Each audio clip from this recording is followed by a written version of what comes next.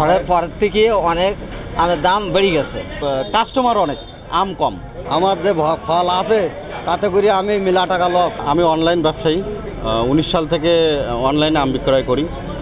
এবছর সাতক্ষীরার হিমসাগর আমটার প্রচুর ডিমান্ড, অর্থাৎ প্রচুর চাহিদা, কিন্তু চাহিদা অনুযায়ী উৎপাদন কম।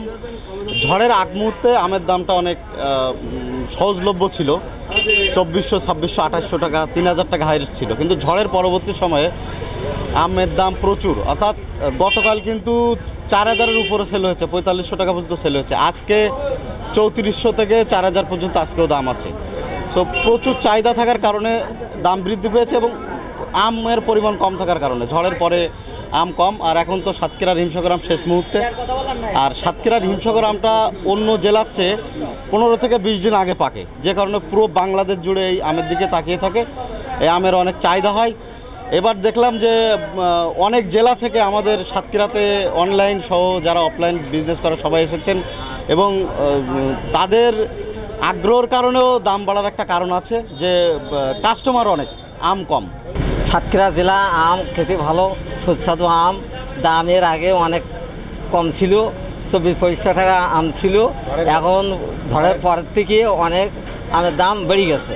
তবে এখন 3400, 3500, 3600 এরকমই আমের দাম।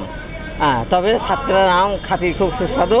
বিভিন্ন জায়গাতে আম সাতক্ষীরায় আমদানি হয়, কিন্তু এবছর অন্য বছরের থেকে এবছর আমরা একটু কম, বা এই কারণের জন্যই আমরা দাম বেশি। আমি আজকে প্রথম আসলাম আম কিনতে। তুলনামূলক আগের চেয়ে অনেক দাম বেশি। আগে দাম ছিল আপনার 2400-2500, আর এখন বর্তমান দাম আছে 3600-3700। মানে সাধারণ মানুষের ক্রয় ক্ষমতার বাইরে।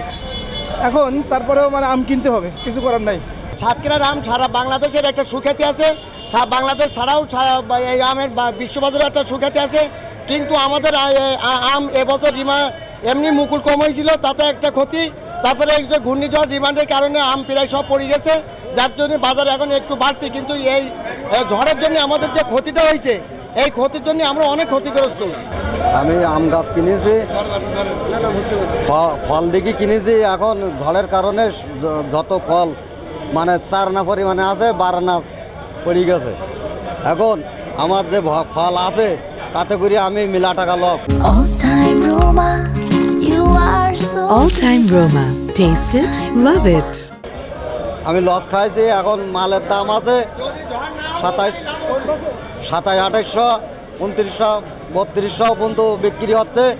এখন ঝড় যদি না হইতো তা আমার মেলা টাকা লাভ হইতো। আমি এখন গরিব মানুষ, আমি মেলা টাকা আমার লস।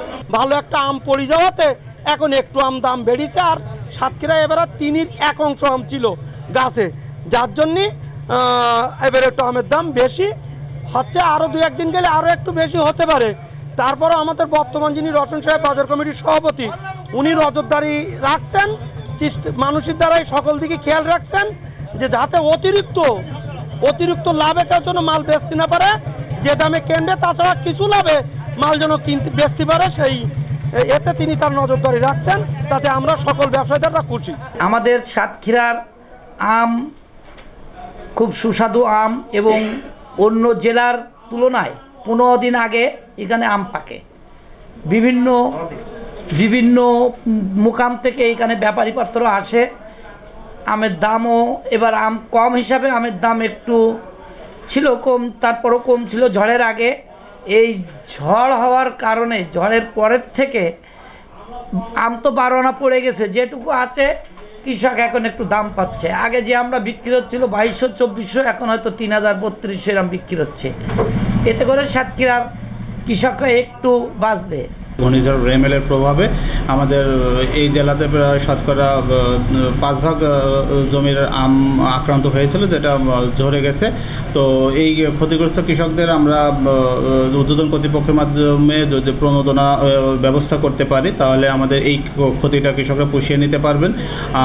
এছাড়াও আমাদের সহজ শর্তে যদি ব্যাংক ঋণের ব্যবস্থা করতে পারি এই কৃষকদের, তাহলে এই জেলায় আমের আবাদ আরও সম্প্রসারণ হবে, এবং কৃষকরা আম চাষে আরও আগ্রহী উঠবেন, এবং এই আমের যে বিশ্বে যে সুনাম সাতক্ষীরার হিমসাগরের, সেই সুনামটাকে ধরে রেখে আমরা প্রতি বছর যে আম বিদেশের বাজারে রপ্তানি করে থাকি, এই রপ্তানির পরিমাণটা আরও বাড়বে এবং সারা বাংলাদেশের মানুষকে সাতক্ষীরার যে সুস্বাদু হিমসাগর আম আছে আমরা খাওয়াতে পারবো। তো আমরা আশা করছি যে আমাদের উদ্বোধন কর্তৃপক্ষ বিষয়টা মাথায় রেখে আমরা এই বিষয়ে কাজ করছি। এই ক্ষতিগ্রস্ত কৃষকদেরকে এই প্রণোদনার মাধ্যমে উদ্বুদ্ধ করে আমাদের সাতক্ষীরার আম চাষটাকে আরও এগিয়ে নিতে সক্ষম হবে।